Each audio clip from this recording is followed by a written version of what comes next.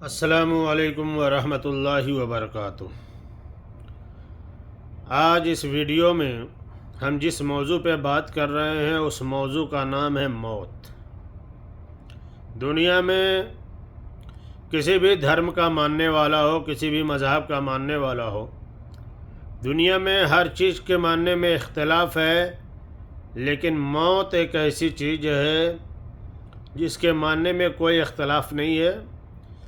ہر مذہب، ہر مسلک، ہر دھرم کا ماننے والا اس چیز کو مانتا ہے کہ موت یعنی مرنا ہے۔ جو دنیا میں آیا ہے اسے ایک دن مرنا ہے، اور اب کا فرمان ہے بسم اللہ الرحمن الرحیم، کل نفس ذائقۃ الموت، یعنی جتنی بھی جاندار چیزیں ہیں ان کو موت کا مزہ چکھنا ہے۔ تو آپ لوگ ایک چیز سنتے ہوں گے، اچانک موت، کہ لوگوں کی اچانک موت ہو جاتی ہے۔ آدمی راستے پہ اچھا خاصا چل رہا ہے، صحت مند ہے، اچانک گرا، اس کی موت ہو گئی۔ کوئی بستر پہ لیٹا ہوا ہے، اچانک اس کی موت ہو گئی بغیر کسی وجہ کے۔ تو آج کے اس ویڈیو میں آپ لوگوں کو ایک وظیفہ بتا رہا ہوں، انشاءاللہ اگر آپ اسے کریں گے، اپنی زندگی میں اس پہ عمل کریں گے تو اچانک ہونے والی موت سے آپ کی حفاظت ہوگی۔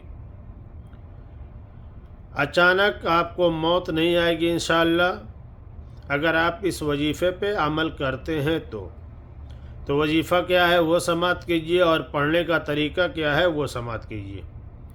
وظیفہ ہے اول آخر آپ کو ایک بار درود پاک پڑھنا ہے، اور 11 مرتبہ آپ کو پڑھنا ہے یا بصیرو، یا بصیرو آپ کو پڑھنا ہے۔ عصر کی نماز کے بعد آپ اس کو کریں، اپنی زندگی میں آپ اس پہ عمل کیجئے، انشاءاللہ باذن اللہ اچانک ہونے والی موت سے آپ کی حفاظت ہوگی۔